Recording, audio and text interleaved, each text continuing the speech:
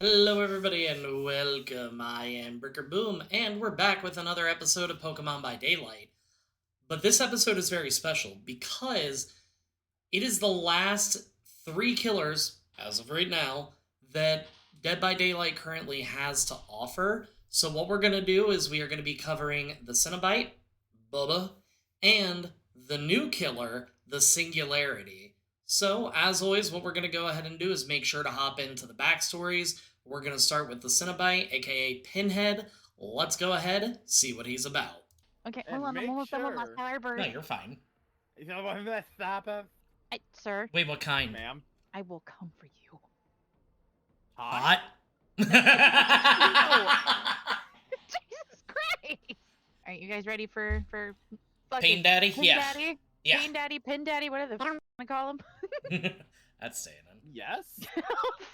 A demon to some, an angel to others. The Cenobite, more commonly known as Pinhead, is an explorer in the further regions of experience, indulging in the limitless thrill of pleasure and pain. When the puzzle box known as the Lament Configuration, a key to another dimension, was found in the entity's realm, it was only a matter of time before it fell into curious hands. Oh god, nope, that's a up sentence. Once opened, he arrived and then came. And story wise, what came next was sweet suffering that spilled over the realm. Pinhead specializes in inflicting map wide suffering. Survivors must find the lament configuration lest the chain hunt begin, debilitating their movement with a relentless barrage of otherworldly shackles. He can also summon a chain to bind survivors, allowing him to gain ground and inflict punishment. His perks allow him to slow generator progress and continue to torment survivors who have experienced his sweet suffering. Okay, now I'm So, done. is Pinhead like? Is there like a whole thing of like people like Pinhead, or is he a one and only kind of thing? Because I feel like No, I've heard there's a tribe of him. just Cenobite literally refers to essentially the race of what Pinhead is. Yes. Okay, and then with that, we tried to be as PG about this as possible, but the problem is that through the Dead by Daylight community, Pinhead is known as Pin Daddy in most cases, but I still feel like we did a pretty good job in picking his team with Omastar due to the fact that it's in the prehistoric era. We have no idea how old the Cenobites truly are, and the spike sticking out of it is very reminiscent to the pins sticking out of his face. Wobbuffet, due to the fact that you can basically take turns smacking it, and whatever pain you deal with it, it's gonna fire back at you. That seems right up his alley. Vikavolt, due to the fact that it can charge up electricity between the two pincers on its face, and then in turn go ahead and shock Pinhead. Uh, Pinkerchin, due to the fact that it looks like a little tiny blobby pinhead.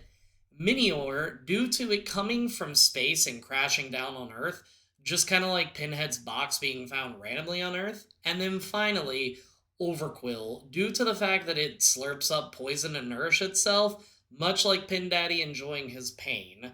So for a full team, we have Omastar, Wobbuffet, Vikavolt, Pinkerchin, Minior, and Overquill. So, with Pinhead out of the way, we're going to go ahead and cover Bubba. And I know my headphones are on, but now it's actually required. Now, I'm going to be honest with you here. Bubba's story mostly involves family, so there will be some jokes. I apologize, Vin Diesel. Let's go ahead and go into the backstory. Whether killers perform their heinous acts by the compulsions of their diseased minds, or if they are forced into them by external pressures, has long been a matter of debate. But for one killer, nature and nurture are inextricably linked. Bubba Sawyer, known as Leatherface, kills not from a desire to exert his will over others, to satisfy carnal urges, or even to quiet the voices in his head. Lucky bastard. He kills because he is scared. Scared that others will hurt him. Scared that his family will be displeased with him. Scared that Oh. their shared willingness to eat human flesh will be discovered. He does as he is told. His family loves him, and that is all that matters. Outsiders are a threat, and a threat needs to be dealt with. Like those kids that came into his house uninvited. Bastards. Walked in like they owned the place. Looked around the house trying to find out his family's secrets, no doubt. But Leatherface deals with them and protects his family just as he's been taught. He is not just a protector, he has many roles, and each role has its own face. He serves dinner, cares for his family, and dresses well when they eat. Oh, that's so cute. His grandpa his grandpa and Ma used to care for them all, but grandpa, he is old now, and Ma has been still for a while. Oh god. So Leatherface and his brothers had to take over. Family is everything to him. Family is I can't even say it without laughing. God damn it. Fast Family and is Furious, everything to him. baby. Gotta go fast. No, go past it. I can't. I can't even. No, I got you. I got you. Go ahead. Family is everything to him. Family is security and safety. You forgot We that do word. it all for family. Never turn your back on family. Never turn your back on the family, son. Oh god, Resident Evil. But even though he did his best, one of the kids got away. He tried to stop her, chasing after her as fast as he could, but she had to help. She had help. Another outsider driving a truck. The evil trucker killed his brother, ran him over like he was a possum. In a fury, Leatherface leapt at him, the saw ready to avenge his family, but the trucker was too quick. He knocked Leatherface aside and turned his own saw against him. As he watched the outsiders driving away, the rage, grief, and pain combined with the worry about what would happen to his family now. They would surely return with the police, and the police would take his brothers, his grandpa. Without them, what would he do? Without their commands, he would. Hello. There it is. It's just Yoshi. But without their commands, he would wither and die. As his world collapsed, Leatherface spun in circles, swinging the saw all around, trying to fight off the myriad external threats that surrounded him. Then another feeling overtook him. It came from outside his vision, crawling over his skin with cold dread. He realized that no matter what outsiders could do to him, there was something worse, something bigger that lived in the shadows. He was filled with a terror unlike any he had ever felt before, but it was almost comforting, like the fear he'd felt with his family, the fear of disappointing them. He was brought to a place that was familiar but unknowable, and he instinctively knew what he had to do. He couldn't fail it, the way he had his family. Outsiders would come, but he would use his skills to overcome any threat. There would be screaming, but he could make the world quiet again. Until the only sound remaining was the blessed howl of the saw. Let the outsiders come. The cannibal is a chainsaw wielding killer, able to trigger a deadly frenzy using his power, immediately downing anyone in his path. His perks make survivors easier to locate while robbing them of their tools and abilities. You are not aware of his presence until his chainsaw bursts through your spinal cord. And that's it. I think due to his barbecue and chili thing, the thumbnail is gonna be the Stardew Valley luau, and he's gonna be the Is cook. it because you only just got through that? Oh my god. That's part of it, yeah, like it's at the forefront of my mind. So with Bubba, also known as the Cannibal, we decided to go ahead and go with a team of Kangaskhan due to it wanting to keep its child safe at all costs. Hitmonchan, due to the fact that Bubba has a perk named Knockout, and Hitmonchan being a boxer. Seeking, due to the male and female both patrolling the nest to protect it. If you don't believe me, you can also watch Finding Nemo. Mantine, due to the fact that it has a relationship with the Remoraid on its fin, it's very much a... I can't remember the scientific term of the relationship, but they have that type of relationship where one benefits from the other. Aggron, due to the fact it mercilessly beats anyone up who invades its home space, much like Bubba did. And then finally, Appleton, due to him looking like a pie but being a dragon. And the Cannibal may cook you a nice barbecue, but guess what? It has people in it. So with that, the Cannibal's full team is going to be Kangaskhan, Hitmonchan, Seaking, Mantine, Aggron, and Appleton. So with the first two killers out of the way, that'll actually let us go ahead and move on to the last killer. And this is also, again, the last killer that Dead by Daylight currently has out at this time.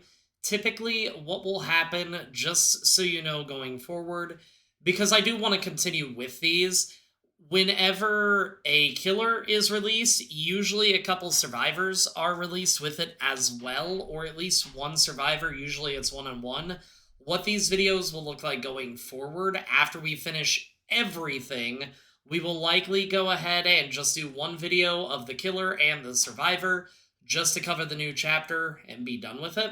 But let's go ahead, hop into his backstory, and I know I'm about to say it, but definitely check out the wiki. This thing is forever long, so we did cut it down to the bare bones. And real quick, just as always for the whole backstory thing, if you do want to see more of the backstory, make sure to check out the Dead by Daylight wiki, especially for the Singularity, because he is such a new killer. The backstory is still technically being updated, and it's already... I mean, it's a J.R.R. Tolkien novel at this point, so if you want the full backstory, read it yourself. This is going to be an abridged version. Hux-A7-13's AI was activated on September 15th, 2313. Stronger than any human, it was designed to work in hazardous conditions, including the planet Divarka. Divarka. Yep.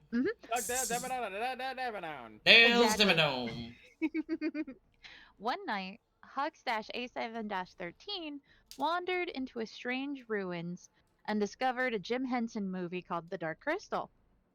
He was immediately overcome with a wave of unfamiliar sensations: fear, confusion, sentience.